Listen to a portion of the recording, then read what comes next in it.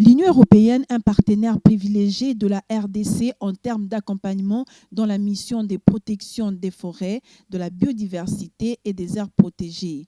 C'est dans ces cadres que l'ambassadeur de l'Union européenne en RDC, Jean-Marc Châtaignier, dans une délégation qu'il conduisait, a rencontré la vice-premier ministre, ministre en charge de l'environnement et développement durable, Eve Bazaïba. Par la même occasion, il a fait part à la VPM de cette ferme volonté de poursuivre cette coopération en matière de gouvernance environnementale et des différents projets qui bénéficieront de la plus grande attention de l'Union européenne. Nous avons parlé de projets de centrales hydroélectriques que nous pourrions inaugurer ensemble en mars à Virunga, à côté du parc des Virunga.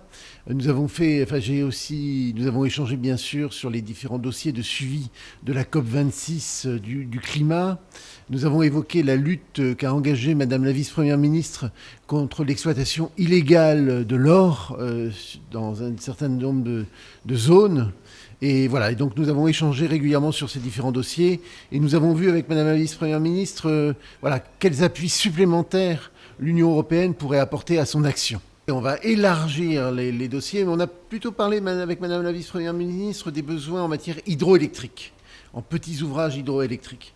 Et donc c'est bien sûr quelque chose que nous allons étudier avec beaucoup d'attention.